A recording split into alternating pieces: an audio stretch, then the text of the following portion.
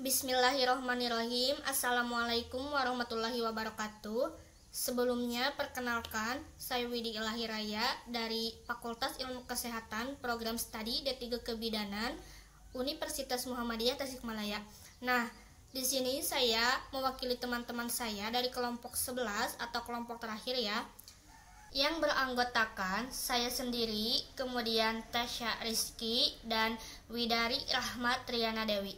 Saya akan menjelaskan tentang reward dan punishment. Apa itu reward? Apa itu punishment? Nah, maka dari itu mari kita simak bersama-sama. Reward. Reward berarti penghargaan atau suatu hadiah. Adalah perbuatan yang menghargai penghormatan, sehingga dapat diartikan yaitu sebagai penghargaan yang sifatnya menyenangkan yang diberikan kepada bidan yang telah menjalankan tugasnya dengan baik. Bidan sebagai suatu profesi tenaga kesehatan yang harus bisa mewujudkan kesehatan keluarga dan masyarakat. Adapun menurut Gibson, faktor yang berpengaruh terhadap kinerja seorang bidan ialah faktor individu, faktor psikologi, dan faktor organisasi. Adapun contoh dari faktor individu yaitu seperti kemampuan, keterampilan, latar belakang keluarga, pengalaman, tingkat sosial, dan demografi seseorang. Kemudian contoh dari psikologi yaitu seperti persepsi, peran sikap, kepribadian, motivasi, dan kepuasan kerja. Adapun dari organisasi, contohnya seperti struktur organisasi, besarnya pekerjaan, kepemimpinan, dan sistem penghargaan. Di sini adapun hak-hak seorang bidan. Yang pertama, bidan berhak mendapat perlindungan hukum dalam melaksanakan tugas sesuai profesinya. Yang kedua, bidan berhak untuk bekerja sesuai dengan standar profesi pada setiap tingkat jenjang pelayanan kesehatan. Yang ketiga, bidan berhak menolak keinginan pasien atau klien yang bertentangan dengan peraturan perundang-undangan dan kode etik profesi. Kemudian yang keempat, seorang bidan juga berhak atas privasi dan menuntut apabila nama baiknya dicemarkan oleh pasien, keluarga, atau profesi lain. Kemudian, seorang bidan berhak atas kesempatan untuk meningkatkan diri baik melalui pendidikan atau pelatihan.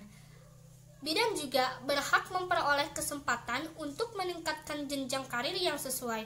Dan yang terakhir, seorang bidan berhak mendapatkan kompensasi dan kesejahteraan yang sesuai. Nah, adapun hak bidan dalam lingkup Ikatan Bidan Indonesia atau yang disingkat dengan IBI ya, meliputi anggota biasa, anggota luar biasa, dan anggota kehormatan. Adapun dengan anggota biasa, contohnya seperti mengikuti kegiatan, mengemukakan pendapat, saran dan usul, memilih dan dipilih. Nah, adapun anggota luar biasa hampir sama seperti anggota biasa, yaitu mengikuti kegiatan dan mengemukakan pendapat, saran dan usul.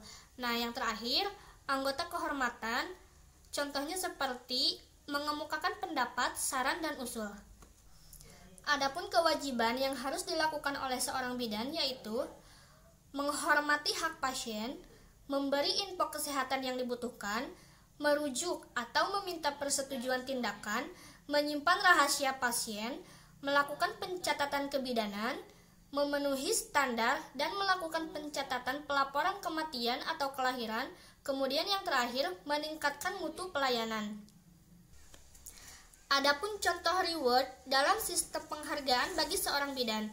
Yang pertama ada bidan bintang, kemudian bidan D5, kemudian beasiswa bagi mahasiswa akbid jalur khusus yang berprestasi yang nantinya diberikan oleh Ikatan Bidan Indonesia atau yang disingkat sebagai IBI.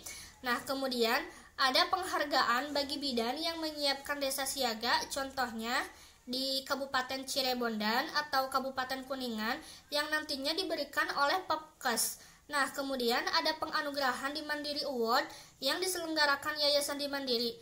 Contoh lainnya juga ada penghargaan hasil belajar yang diberikan surat tanda tamat pendidikan dan pelatihan atau yang disebut yang disingkat sebagai STTPP. Kemudian ada punishment.